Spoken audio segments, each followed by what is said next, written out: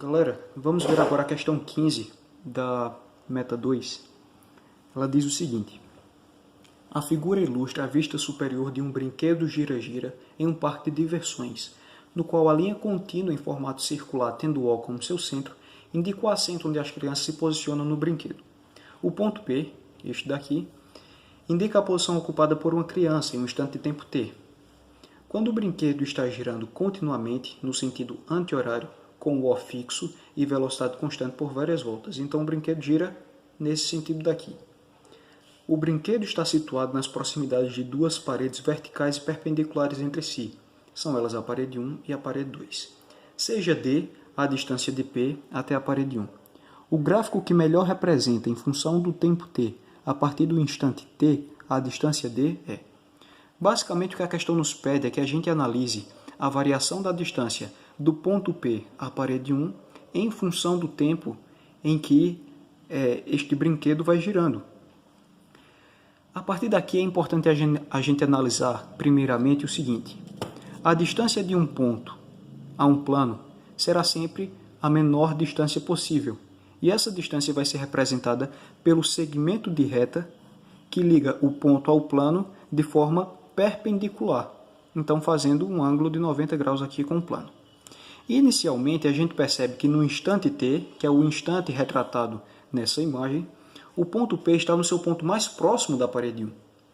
Quando esse brinquedo, na verdade, der meia volta e o ponto P sair daqui, chegando nesse local, a gente vai ter a maior distância possível, então, de P, que agora estará aqui, à parede. Então, ele dará mais meia volta e chegará no ponto inicial, novamente, a menor distância possível de P à parede 1.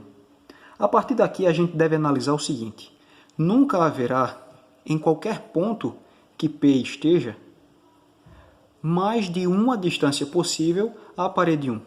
Você pode me dizer, mas eu posso ter essa distância, ou a distância de vir de P para cá até aqui. Definitivamente são medidas diferentes, são distâncias diferentes.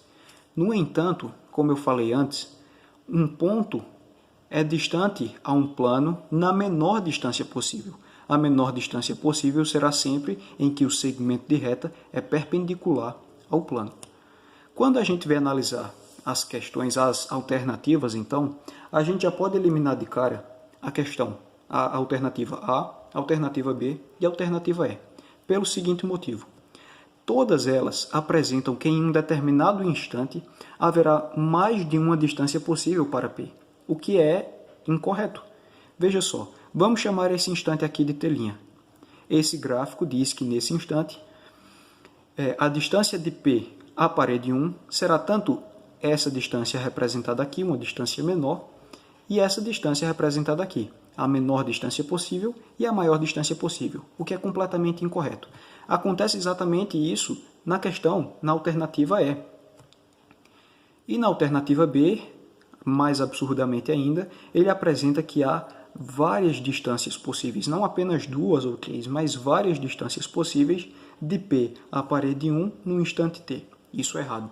Nós ficamos então com a alternativa C ou com a alternativa D, sendo a C a correta pelo seguinte fato: lembram que eu citei que no instante t, no início, P está na sua menor distância possível à parede 1?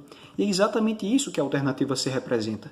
Ele mostra aqui que no instante t, ele parte da menor distância possível, quando da meia volta chega à máxima distância possível, que seria essa aqui, e então ele voltaria, quando completasse a meia volta seguinte, voltando ao ponto mais próximo da parede.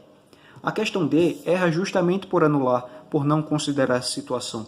Ela considera que no instante t, o ponto P está a uma distância intermediária entre a mínima e a máxima, mas não é o que acontece. Ele está na distância mínima, portanto a alternativa correta é a letra C.